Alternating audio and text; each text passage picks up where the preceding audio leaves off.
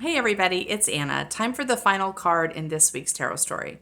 So we close with the Seven of Swords, which if you've been following this week, you'll know this is a really great card to end on. The number seven I connect to discernment or making wise choices, and swords are about the mind. They're about ideas, beliefs, and mindsets. And this week has been about kind of gently probing the places in our lives where we seem to be stuck, where chronic problems keep popping up, and figuring out how the mind has gotten stuck in an old vibration. And the way I've been kind of focusing on it is actually the language the mind is using, and the stories it's telling. Because even if the mind has moved on, like it's saying, oh yeah, I believe in prosperity, I believe in this, I believe in that, but it's still got old language that it hasn't cleaned up, it hasn't been taught to clean up yet, then that old language can keep you caught in these old vibrations. So if you're still using victim language, or if you're still saying using language like right or wrong, or if you're still talking about yourself as making mistakes when you were younger, those are old stories that are vibrationally dissimilar to likely what you're trying to do now. So we want to clean those vibrations up. So the seven, this card is about the mind being discerning, figuring out which tools, which mindsets, which structures are supportive and which are not. It shows a guy sneaking through a military camp, picking up swords and discarding some. So it's like we're picking up the tools we want, we're discarding the ones we don't want.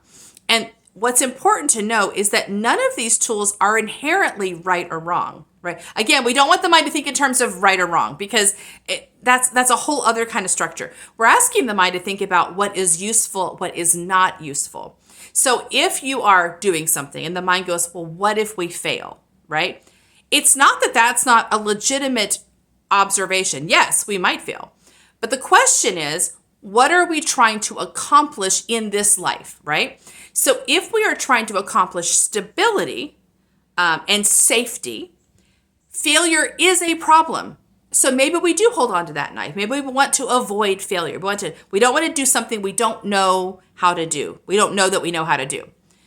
But if my goal in life is to create and to expand, then fear of failure is not a tool that is useful to that work, right? So when the mind says, what if we fail? And by the way, my mind does this too. Your mind's going to keep like offering you, it's doing its due diligence. It'll say, well, what if we fail? And I have to go, you're right, we could fail. But since our life is not about being safe or being or continuing the known but breaking into the unknown, we kind of have to be okay with failing. So we're gonna get rid of that as a measure of caution. That caution is not helpful. It actually gets in the way of the path of faith. I'm asking my mind to have faith, and having faith means believing in something you don't yet see, and that could be failure, right? So you do have to walk your mind through why these tools aren't helpful for you. Not that they're not valued. Like, what if I run out of money?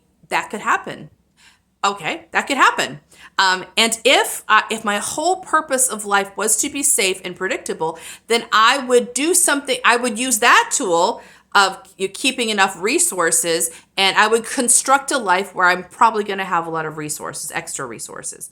But since my goal is not to be safe, my purpose of being on the planet is not necessarily to be safe, but to move in faith and to break into new expansion, I have to kind of let that concern aside, because even the presence of that concern slows me down. So you're asking your mind to work with you in achieving your goal, and to recognize which tools, although other people use these tools and they're not in and of themselves bad, they don't match your purpose. The mind is to equip itself to support your journey, not everybody else's.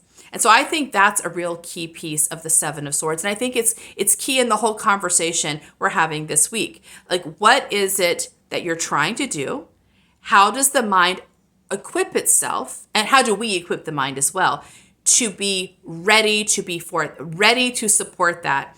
And what are the things the mind needs to be helped in releasing so that it's present in a really powerful and activating way? So that's our final card this week. It's been a good tarot story. See you next time. Bye.